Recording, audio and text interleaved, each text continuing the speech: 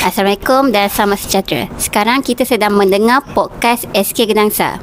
Hari ini kita akan membincangkan satu topik yang menarik, iaitu diari murid. Sekarang kita berada bersama dengan seorang murid yang dapat memberi contoh kepada murid-murid yang lain.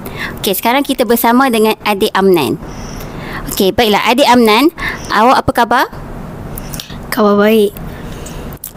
Okey, adik Amnan, boleh tak ceritakan sedikit tentang adik Amnan? Saya Amnan bin Anwar daripada kelas 6 UM. Okey, baiklah. Boleh tak bagi tahu kepada rakan-rakan yang sedang mendengar apa pencapaian yang hebat yang adik Amnan pernah dapat sepanjang adik Amnan sekolah di SK Gedangsa ini? Contoh kejayaan saya adalah apabila saya menang catur nombor 1 dalam MSSD Hulu Selangor, dan saya menang negeri berkumpulan nombor 6 dalam catur. Begitu banyak ya pencapaian yang adik Amnan kita peroleh. Jadi apa perasaan adik Amnan apabila adik Amnan dapat peroleh pencapaian tadi? Saya rasa sangat puas hati dan sangat gembira. Okey, ya, sudah tentu kita akan berasa gembira, seronok apabila kita mendapat pencapaian seperti adik Amnan. Betul kan? Betul.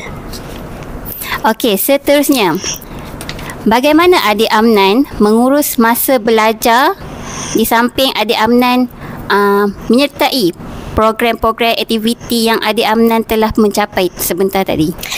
Kalau saya nak main chess, saya akan main pada waktu malam ataupun waktu petang, iaitu bagi saya itulah masa yang paling lapang. Dan kalau saya belajar, saya akan belajar pada waktu pagi dan tengah hari.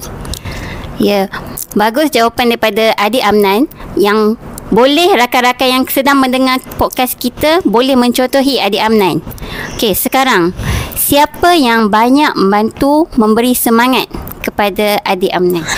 Contoh orang yang banyak membantu saya adalah ibu bapa, guru-guru saya, rakan-rakan saya dan jurulatih saya. Ya, sudah tentu ibu bapa, guru-guru, jurulatih adik Amnan yang dapat memberi sokongan kepada adik Amnan. Jadi apa yang contoh peranan guru ataupun ibu bapa yang memberi sokongan kepada adik Amnan?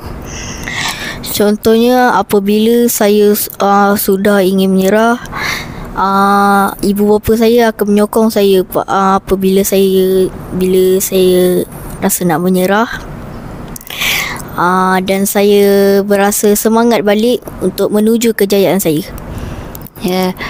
Okey, dekat sini pendengar podcast boleh mengambil sedikit pengajaran nilai-nilai daripada adik Amnan untuk diterapkan dalam kehidupan para pendengar. Seterusnya kita ke soalan, apa rahsia kejayaan atau amalan atau rutin adik Amnan untuk mencapai kejayaan adik Amnan? Rahsia saya sebenarnya saya biasa solat hajat pada setiap lepas solat fardu subuh, zuhur, asar, maghrib, isyak. Bagus amalan adik Amnan.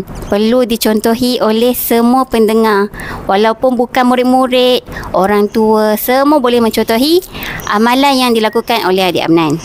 Okey, sekarang kita ke soalan yang seterusnya. Siapakah yang menjadi inspirasi utama dalam pencapaian adik Amnan ini? Bagi saya, inspirasi dalam diri saya ialah ibu bapa saya, kerana dia yang selalu memberi kata-kata semangat untuk saya. Selain ibu bapa, ada orang lain yang memberi inspirasi kepada adik Amnan? Adik-beradik saya. Apabila saya menyerah, dia berusaha untuk memberi saya semangat semula. Okey, itulah ibu bapa dan adik-beradik adik Amnan yang memberi semangat kepada adik Amnan.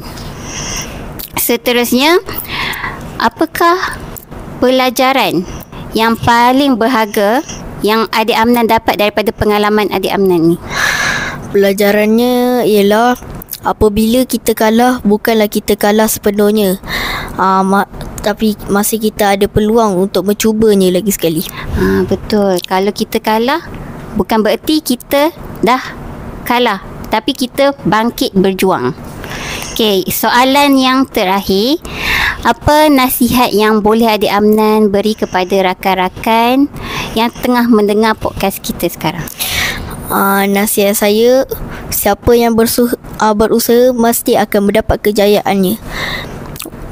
Dan apabila kita tidak berjaya, berusahalah doa kepada Allah. Bagus Adik Amnan ni. Walaupun dia dah berjaya, dia tak lupa untuk ingat dekat Allah. Kita bukan saja berusaha, tapi kita minta juga dekat Allah. Jadi terima kasih kepada Adik Amnan dan para pendengar podcast kita yang sudi mendengar podcast kita selama ini. Jadi apa yang kita dapat daripada perkongsian Adik Amnan ini, kita perlu berusaha. Berusaha bukan dari segi pandang saja benda tu, tapi kita kena ada semangat, kena ada doa, baru kita dapat capai apa yang kita nak itu.